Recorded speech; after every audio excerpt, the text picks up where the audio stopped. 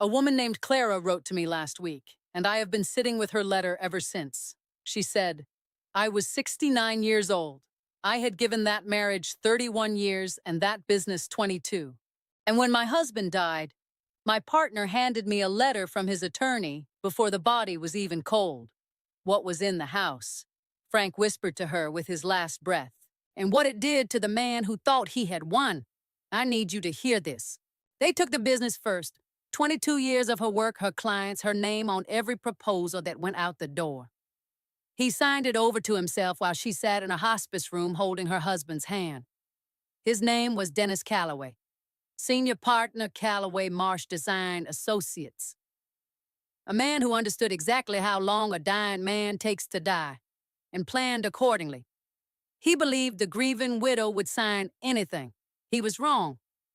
Because Frank Marsh, in the last week of his life, in a voice barely above a whisper, gave his wife an address, a house she had never heard of, on a road she had never driven.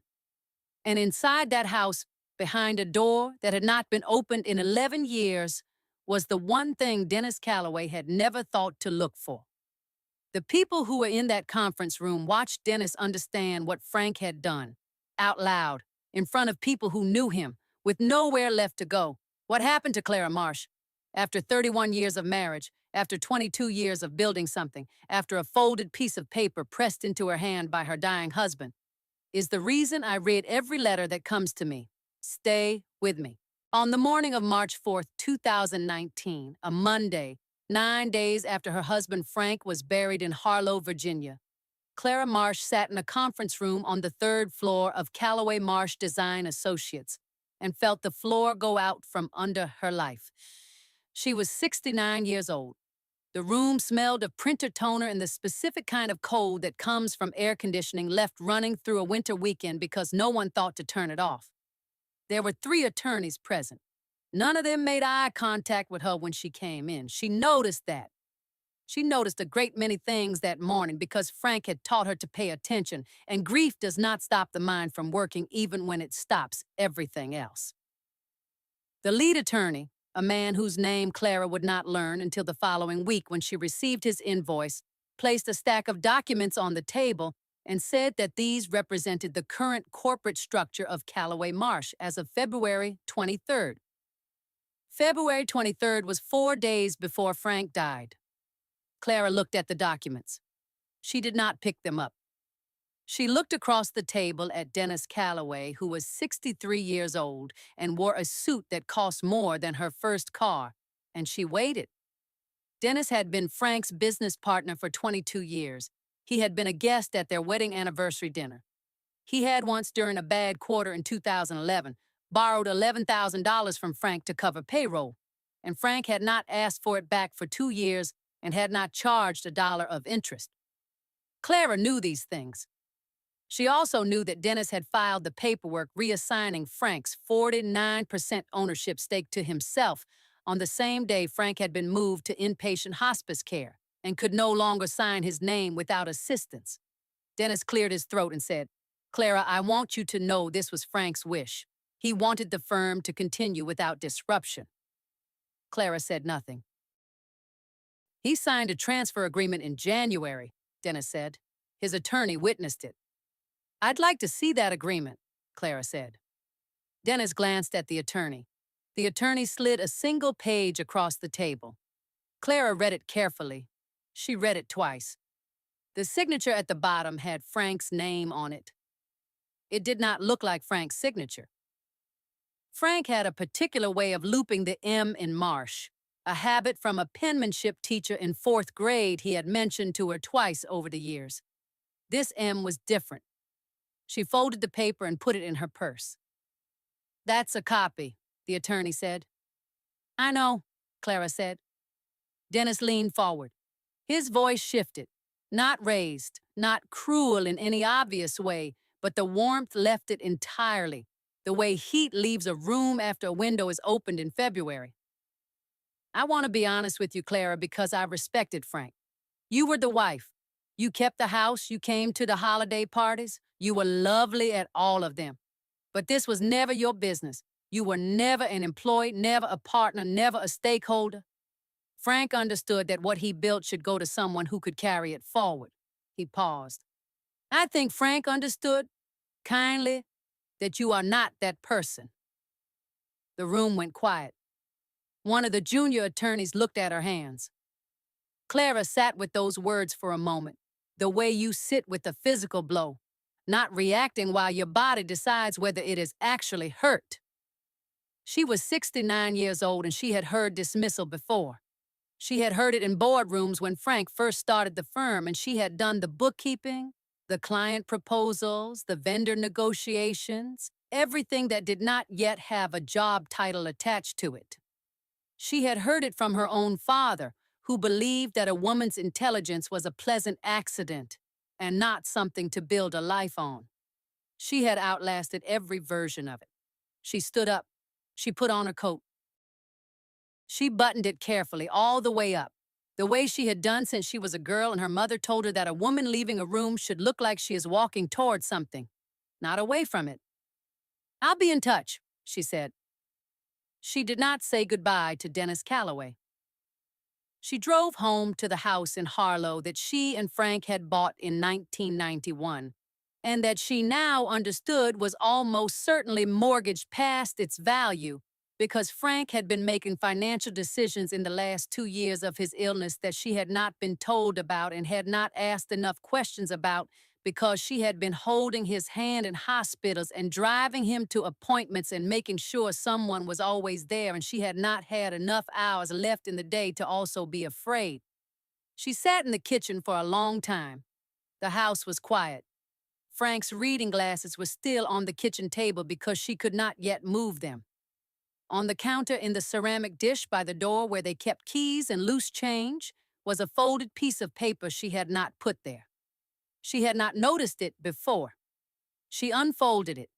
In Frank's handwriting, his actual handwriting, the looped M, the careful even print of a man who had been a draftsman before he was a designer, were 7 words and a number.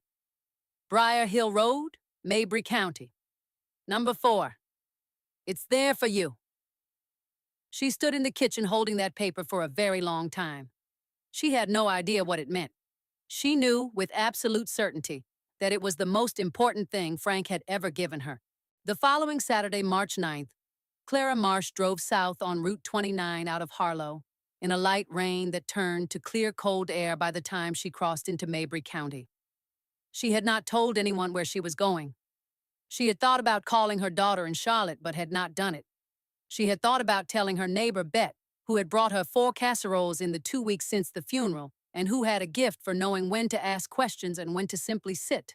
But she had not done that either. This felt like something Frank had given only to her, and she was not ready to dilute it yet. Briar Hill Road was not on the main map application on her phone. She found it on a county parcel map she accessed through the Mabry County Assessor's website at 11 o'clock on a Thursday night, sitting in her kitchen with Frank's note open beside the laptop. The road was 4.3 miles off Route 612 south of the town of Caulfield. The property at number 4 was listed in the assessor's records under the name of a land trust called the BHR Family Trust, established in 2008. No other information was available publicly. She turned onto Briar Hill Road and felt the asphalt end and the gravel begin. The trees on both sides were bare, silver gray, still weeks from the first green of spring. The road curved twice, and then the trees opened and she saw it. It was a 2-story farmhouse, white paint grayed by years, a porch that had partially collapsed on its left side, one upper window cracked across the middle, the yard gone to knee-high grass and the specific brown of winter-killed growth. It was not a ruin. It was a house that had been left alone for a very long time by someone who still cared whether the roof held. She parked on the gravel and sat for a moment with the engine running. She almost left. She sat there and looked at the sagging porch and thought, this is not a gift. This is a mistake, or a misdirection, or something Frank kept from me that I am not going to want to know. She thought, I am 69 years old, and I have not slept a full night in 4 months, and I could turn around right now and drive back to Harlow and make tea and let this be whatever it was without my help. Then she noticed the mailbox. It was new. Not new from a hardware store new, but new relative to everything else on the property. The post was pressure treated. The box itself was dark green and not yet weathered, and affixed to the side of it in small adhesive letters was the number 4. It had been put there deliberately. It had been maintained. Someone had been here, and not long ago. She got out of the car. The front door lock was a standard deadbolt, and the key she had found in the ceramic dish at home, the second object on the counter, which she had not noticed for 2 days because she had been so fixed on the note, fitted exactly. The door swung inward with the specific resistance of a well-fitted frame that had swollen slightly with winter damp, and she stepped inside. The air was dry and cool.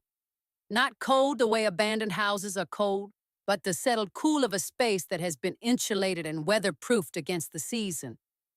It smelled faintly of cedar and of something she could not name immediately.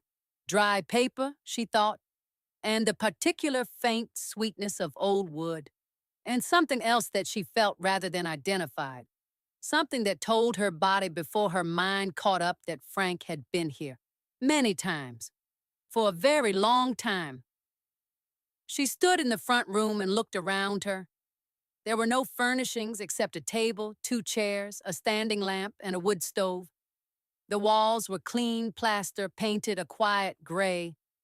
But the right wall, and the entire right wall from floor to ceiling, was shelving, and the shelving was filled with boxes. Flat boxes, long and narrow, made of unstained wood, stacked in even rows with small adhesive labels on the ends, the labels bearing dates. The earliest date she could see was 2008. The most recent was October 2018, 4 months before Frank died. She pulled the nearest box from the shelf. It was heavier than she expected. She set it on the table and removed the lid. Inside, protected by a layer of acid-free tissue paper, was a pencil drawing. Large format, perhaps 18 by 24 inches. Botanical illustration, she thought at first. A dense vertical arrangement of plants and flowers rendered in graphite with extraordinary precision. Then she looked more closely and saw it was not plants at all. It was a woman's face built from the lines and shadows of roots and branches, a face emerging from the natural forms the way a face emerges from clouds when you stare long enough. The technique was unlike anything she had seen. She turned the drawing over. On the back, in Frank's handwriting, November 2008, Ethel Birch, 1891 to 1962. She did not know the name. She had no idea what she was holding. She replaced the tissue paper with hands that were steadier than she expected and put the lid back on the box and sat down on one of the chairs. She had been sitting there for perhaps 10 minutes when she heard a knock at the open front door. A woman stood on the porch, late 70s, white hair cut short, wearing a waxed canvas coat and boots that had seen real use. She had a wide face with laugh lines so deep they read as permanent, and she was carrying a tin of something that smelled, even from across the room, like fresh baking. "Thought I heard a car," the woman said. "I'm Louise Parrish. I live at number 2, just back up the road. I was Frank's neighbor." She paused. "I've been waiting for whoever he sent." Clara looked at her. "You knew Frank?" "Since 2009, Louise said. He used to come on Saturdays. Every Saturday, pretty near, until he got sick and couldn't make the drive anymore. He told me last October, when he came for the last time, that he was going to send someone. He said she would know what to do with it once someone explained it to her." She held out the tin. "I made ginger snaps. I find that hard news goes down better with something sweet." Clara took the tin. She did not cry. She came close, but she did not. "What is it?" she said. "What is in those boxes?" "I'll tell you what I know," Louise said. "But there's a great deal I don't know. What I do know is that Frank spent 11 years on that shelf, and I believe the person who can tell you what it's worth lives in Lynchburg and teaches at the art college there." She sat down in the other chair without being asked, in the way of someone who has been in this room before. His name is Russell Okafor. Frank mentioned him. Said if there was ever a question, Russell would know. Clara looked at the shelf. 53 boxes, she counted. She had been counting since she sat down. Her phone buzzed in her pocket. She took it out. A message from a number she did not recognize, but the text made her recognize the source immediately. My client, Dennis Calloway, has been made aware that you are in possession of property that may be considered an asset of the Calloway Marsh estate. You are advised to take no action regarding this property until we have spoken. There is an offer of $40,000 available contingent on your signing a full release. This offer expires Friday. She read the message twice. $40,000. For 53 boxes she had not yet opened, in a house she did not yet understand, left for her by a man who had spent 11 years driving 4 hours round trip on Saturdays while she thought he was simply working. She put the phone face down on the table. Louise, she said, do you have Russell Okafor's number? Russell Okafor arrived on a Wednesday, March 13th at 10 in the morning. He was 51 years old and drove a green hatchback with a university parking decal and 2 cardboard coffee cups in the holder, one of which he handed to Clara before saying hello because Louise had texted him to bring 2.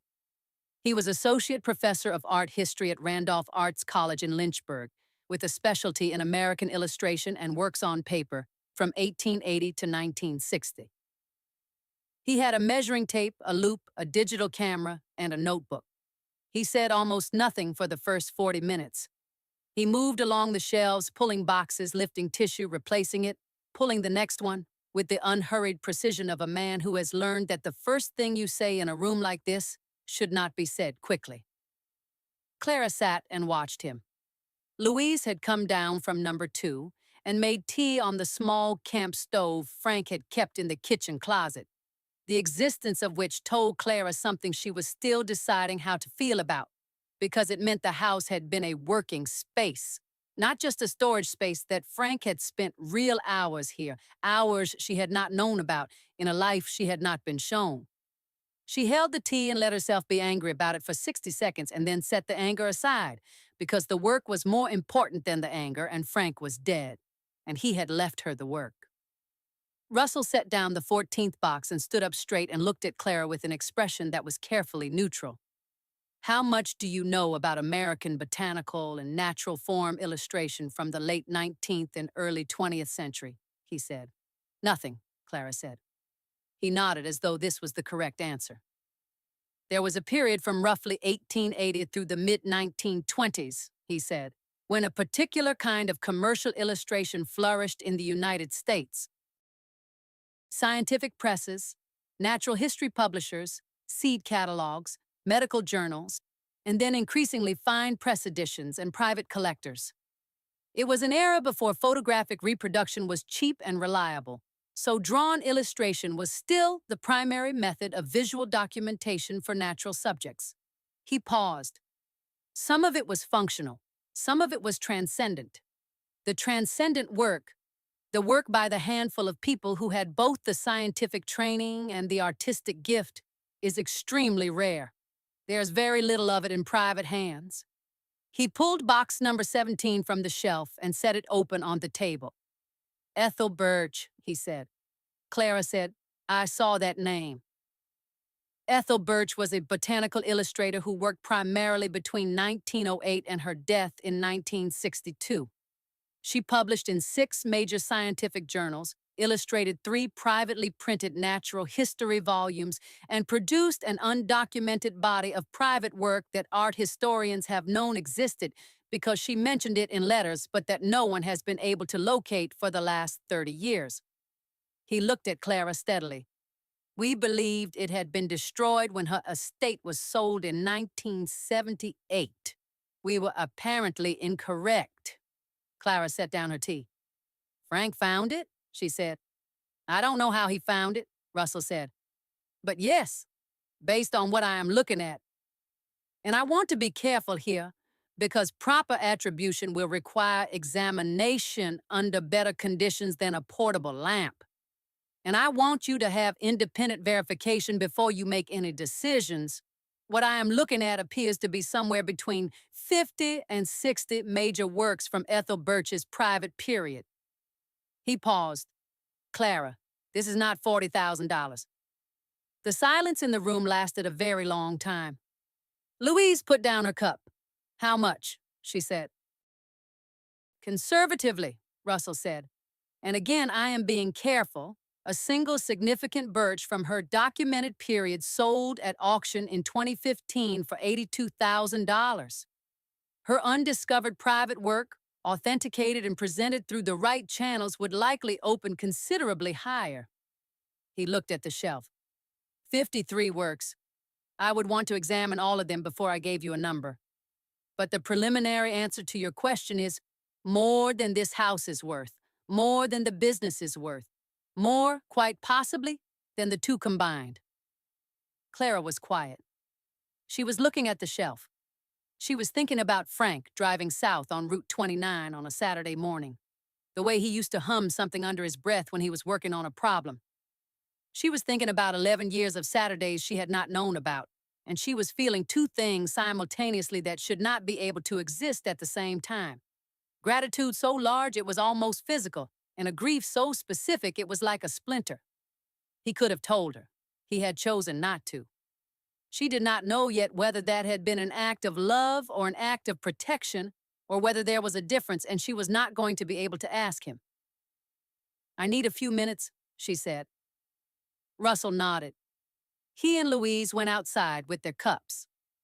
Clara sat alone in the room with the 53 boxes. She sat down on the floor, not in a chair. She folded down to the floor the way your body sometimes decides without your permission, when the thing you are carrying is too heavy to carry, standing up. She put her back against the wall and looked at the shelf and listened to the quiet of the house, which was an old house quiet, boards and plaster and the particular hush of walls that have been standing through a great many things. She was 69 years old. She had 31 years of marriage in her and 22 years of work that had been signed away while she sat in a hospice room. She had a house that was mortgaged and a business that was gone, and she had come to a gravel road in March because her dying husband had whispered in a dress, and she had chosen to believe it meant something. And now she was sitting on the floor of a room filled with things she could not yet fully understand, and she was afraid. Not of the drawings, not of the money, not of what came next. She was afraid of something more specific than that. She said it out loud because Frank had always told her that unnamed fear was the only kind that could really stop you. She said, I am afraid this is not enough. I am afraid that Dennis Calloway has attorneys I cannot afford, and a signature that may or may not be Frank's in a legal structure he spent a year building, and that I am 69 years old, and I have been out of the business world for long enough that I do not know how to fight something like this. I am afraid that what I am holding is extraordinary and fragile, and that the system that is supposed to protect it will not protect it for me specifically, because I am the widow, because I am the one who kept the house and attended the holiday parties and was lovely at all of them and was never a partner or a stakeholder, because that is what I was told. I was in a conference room 9 days ago, and a part of me is still sitting in that conference room. I am afraid that Frank was wrong about me.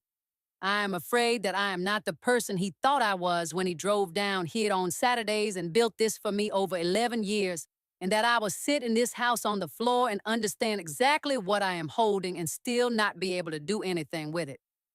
She sat with that for a while. The house was quiet around her. Then she thought about the mailbox, the new post, the number 4 in adhesive letters, placed there deliberately, maintained, waiting.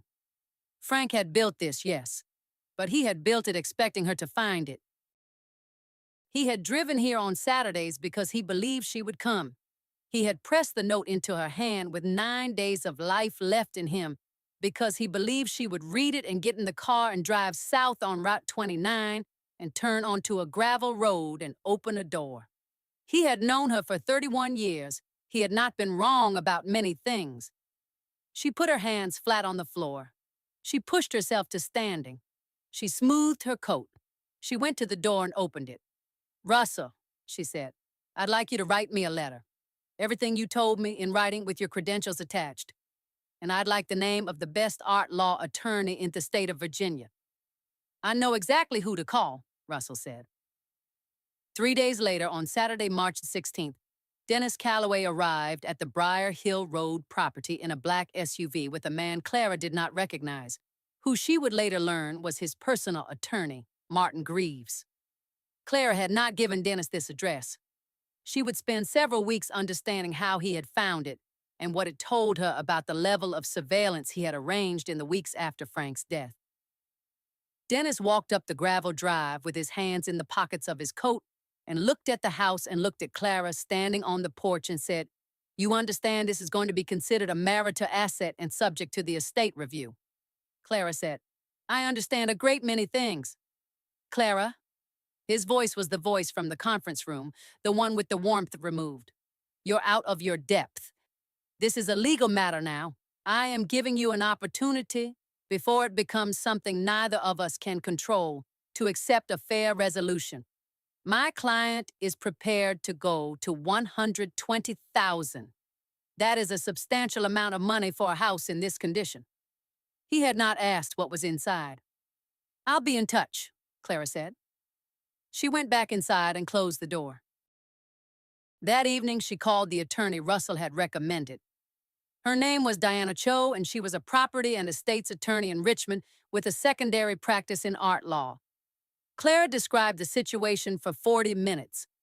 When she finished, Diana Cho said, "Don't sign anything, don't respond to any communications from Calloway's attorney, and send me the photograph of that signature on the January transfer document."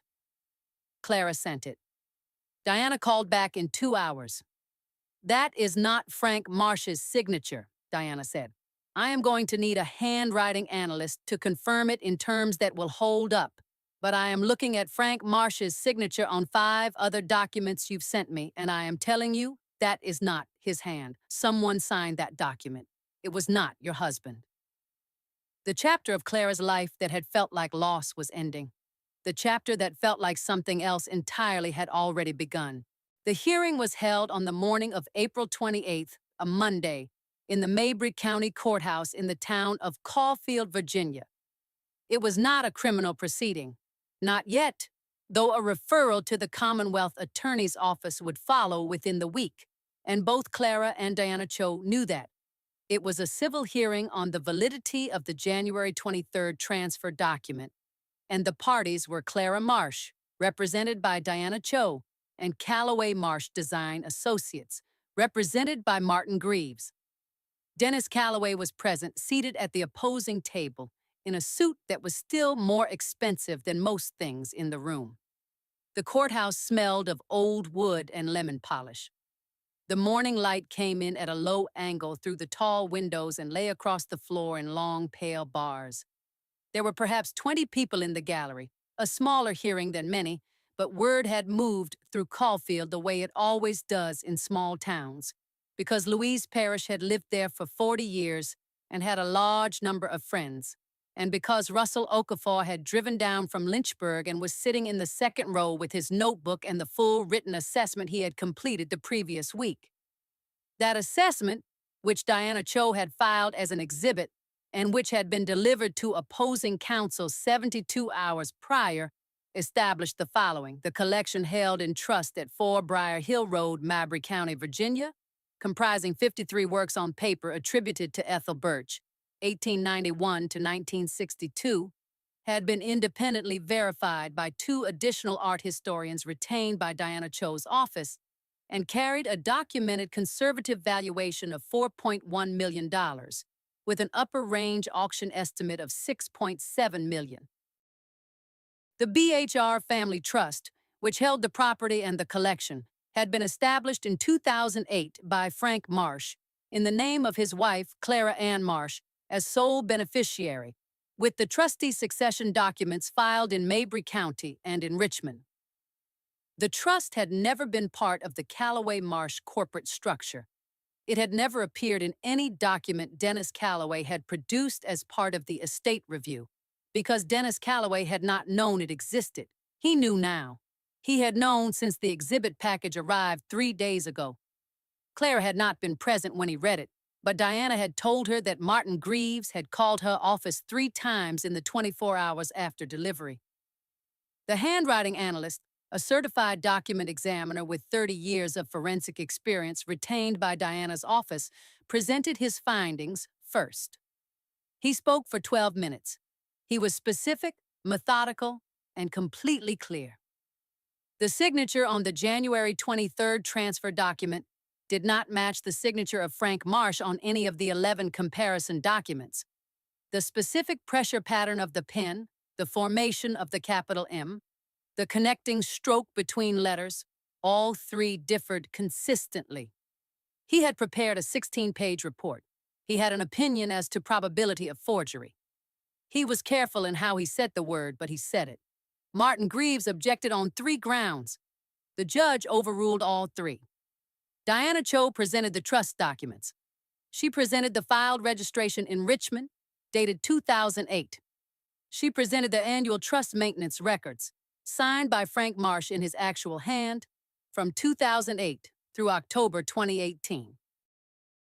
She presented the letter Frank had left inside box number 1 on the bottom shelf of the Briar Hill Road house, a letter Clara had found on her 3rd visit, tucked beneath the first Ethel Birch drawing in an envelope with her name on the front, in which Frank explained in his careful, even print that he had started building the trust in the year Dennis had first proposed a buyout structure that would have frozen Clara out of any share of the firm, and that he had understood by 2009 that his partner was not the man he had believed him to be, and that he had spent 11 years correcting for that quietly, without telling Clara, because he had not wanted her to spend those years afraid.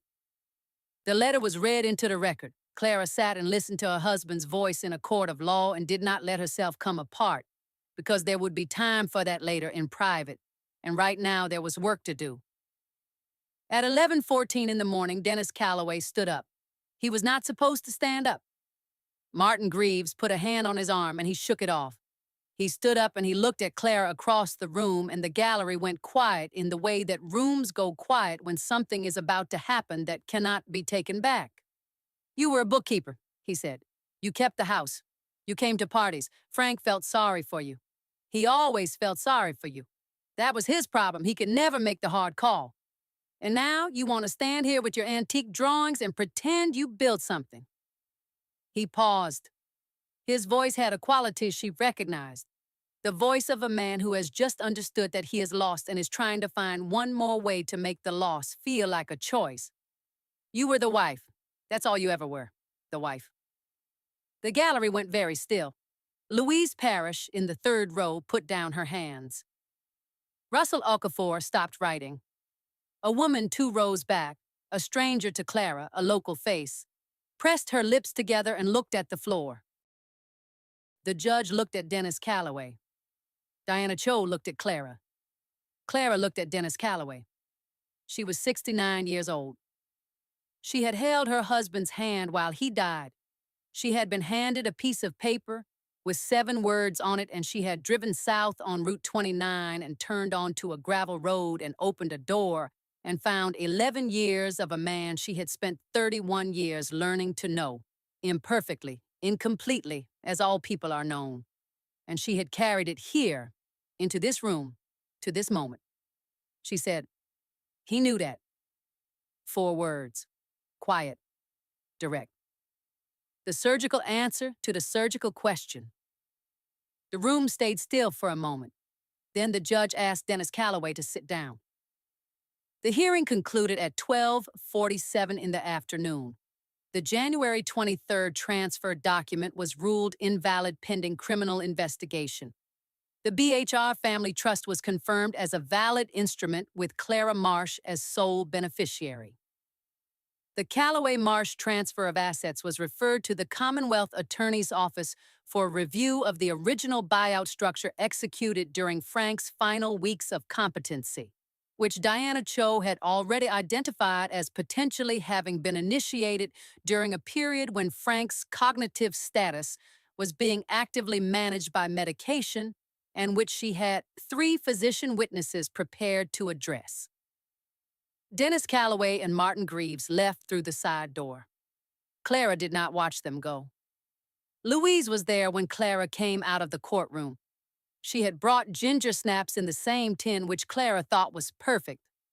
Russell Okafor shook Clara's hand and said that 2 auction houses had already reached out to Deanna's office, and that the conversation about how to proceed with the collection was a good one to have, and that he personally hoped it would find a permanent institutional home because Ethel Birch deserved to be seen. Clara said she thought that was right. She drove back to Briar Hill Road in the early afternoon. The light was softer now, the particular gold gray of Virginia in late April, and the trees along the road had come in since March, the pale first green that makes bare winter branches look like they have been lightly breathed on. She parked on the gravel and sat in the car for a moment. She had been coming here every few days for 6 weeks, and it still did the same thing to her every time, made her feel the shape of what she had not known. She went inside. She sat in the chair at the table, the one she had sat in on the first day when Louise knocked on the open door, and she opened box number 1 from the bottom shelf, the one that had held Frank's letter, and she took out the drawing beneath where the letter had been. It was the first one he had ever bought, he had written. March 2008. A dealer in Charlottesville, a woman clearing her parents' estate. No idea what she had. He had paid $200. He had driven it down here and put it on the empty shelf that he had built himself, and he had come back the following Saturday and the one after that. The drawing was a girl sitting in a field with her back to the viewer, surrounded by wild carrot and goldenrod and the first autumn asters, her hair done up and one hand resting in the grass beside her. It was made of lines so fine they looked like they had been breathed onto the paper rather than drawn, and the light in it was the light of a late afternoon in September, the kind that makes ordinary things look like they were meant to be seen. Clara sat with it for a long time. She thought about 31 years. She thought about 11 Saturdays a year times 11 years. She thought about a man who had known his partner was going to try to erase his wife and had spent a decade building something that could not be erased, and who had not told her because he had not wanted her to spend those years afraid. She thought about how love sometimes looks like secrecy, and sometimes that is a mistake, and sometimes it is the most careful, most considered, most imperfect act of protection a person can manage. She did not know yet how she felt about all of it. She thought she might not know for years. She thought that was all right. She put the drawing back in its box. She took out her phone and called Diana Cho. "The auction houses," she said. "I want to talk through the process. But first, I want to set aside a portion of the proceeds for something specific." "Tell me," Diana said. "There is a legal fund," Clara said, "for women contesting estate fraud. I looked it up last week. It's based in Richmond. They take cases for women over 60 who cannot afford litigation and whose assets were transferred without consent during a spouse's final illness." She paused. "I want to fund it. A named contribution, not anonymous. I want it on record that Frank Marsh's collection made it possible. I want his name on it." "I'll draw up the documents," Diana said. "And one other thing," Clara said. "There is a woman. Her name is Patricia Hollins. She wrote to me through Louise. She read about the hearing in the county paper, and she wrote to say that her situation is nearly identical and that she has been told she cannot fight it. 43 years of marriage. A business her husband built with her that she is being cut out of by his sons from his first marriage." Clara was quiet for a moment. "I'd like Diana Cho to represent her. I will cover the retainer." "I'll call her today," Diana said. Clara sat in the house on Briar Hill Road until the light changed, and the room went gray, and she had to turn on the standing lamp in the corner. The lamp threw a warm circle over the shelf and the boxes and the table, and she sat inside it for a long time. In the house her husband had built one Saturday at a time over 11 years, in the quiet that was not an empty quiet but a full one, the kind that comes after something has finally been said. This letter stayed with me longer than most. Not because of the collection, though it was extraordinary. Not even because of the hearing. It stayed with me because of Frank. A man who understood what was coming and spent 11 years quietly answering it without ever asking for credit, without ever telling her what he was doing. Love like that doesn't announce itself. It just shows up on a shelf one Saturday at a time. Every letter I receive reminds me of the same thing. The people the world gives up on are often the ones who were worth the most all along. If you have ever watched someone you love be dismissed, or if you have been that person, leave me a comment. I want to hear your story, and if this one stayed with you the way it stayed with me, stay with this channel. There are more letters. There always are.